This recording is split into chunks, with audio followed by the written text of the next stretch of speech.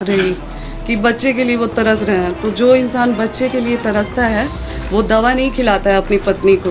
पवन जी द्वारा मुझे जब दवा खिलाया जाता था, उस चीज़ के विरोध में जब मैं बोलती थी तो मुझे इतना टॉर्चर किया गया।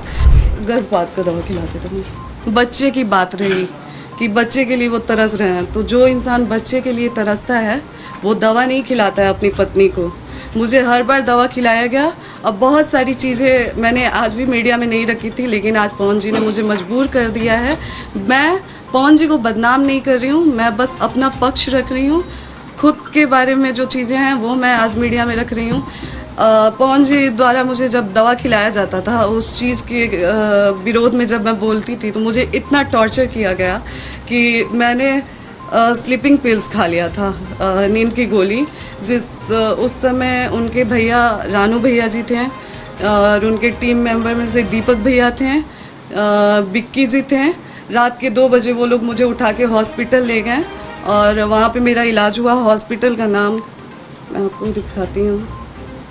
कौन सी दवा देते थे ज्योति जी, बता सकती हैं क्या? जी वो जो गर्भपात का दवा खिलाते थे मुझे।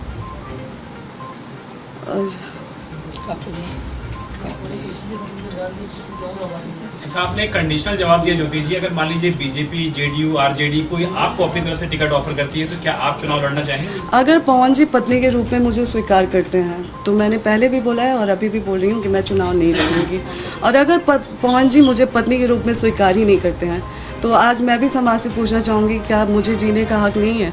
अगर पत्नी के रूप में वो मुझे स्वीकार करते ही नहीं है तो मैं कहाँ जाऊँ? क्या मैं अपने लिए खड़ी नहीं हूँ? क्या मैं एक ऐसी औरत बन के रह जाऊँ कि लोग मुझे देख के ये सोचे कि मैं हार गई अपनी चीज़ों से? आज मुझे कई महिलाएं देख के उनको हिम्मत मिल रही है। कल जिस हॉस्पिटल में मैंने नींद की गोली खाई थी, उसके बाद रानू भैया के द्वारा वहाँ पे पवन जी के पहले की टीम में से दीपक भैया जी थे, रानू भैया जी थे और बिक्की जी थे। हॉस्पिटल का नाम ये हॉस्पिटल है जिसमें मुझे 2 बजे रात को ले जाके इलाज करवाया गया। मैं कौन सा हॉस्पिटल है? बेले व्यू मल्टी स्पेशलिस्ट हॉस्पिटल। कहाँ का हॉस्पिटल है? ये हॉस्पिटल आपका शहर बता दीजिए। शहर मुंबई का है, अंधेरी का।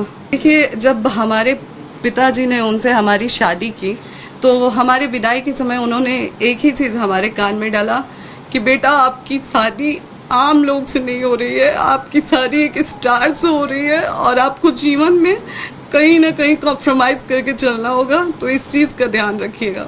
आप कभी भी पवन जी से पूछ लीजिएगा, इस चीज़ को लेके मैंने उनसे कभी कोई बात नहीं किया है, कुछ नहीं बोला है। हालांकि बहुत सारी चीज़ें ऐसी हैं जो बहुत सारी चीज़ें एक पत्नी होने के नाते कोई पत्नी नहीं बर्दाश्त करेगी। और मैंने बोला है ना, समय और अगर ज़रूरत पड़ेगी, एक बार पवन जी अगर लाइव आके बोल देते हैं कि आप मैं नहीं कर पाऊँगा कुछ भी, जो भी चीज़ें हो, नहीं रह पाऊंगा आपके साथ, आप मेरे लिए मेरे जो भी आपका साक्ष्य वो रख दीजिए तो मैं रख देती हूँ। उन्होंने कह दिया है कभी आपसे नहीं चल सके जो नाम आए तमाम रिश्तों को लेकर के, आपने कभी उनको जी नहीं, कभी नहीं। आप लोग देखिए, हमारे हिंदू सनातन धर्म में भगवत गीता का बहुत मायने है। आप लोग भगवत गीता सामने रखवा के कसम खिला लीजिए कि इस चीज़ का विरोध कभी मेरे तरफ से नहीं हुआ गया। मैंने बहुत चीज़ें देखी थी, लेकिन हर बार मुझे मेरे कान में वो चीज़ें आ जाती थी कि बेटा आपकी शादी एक नॉर्मल इंसान से नहीं हुई है, एक्टर से हुई है।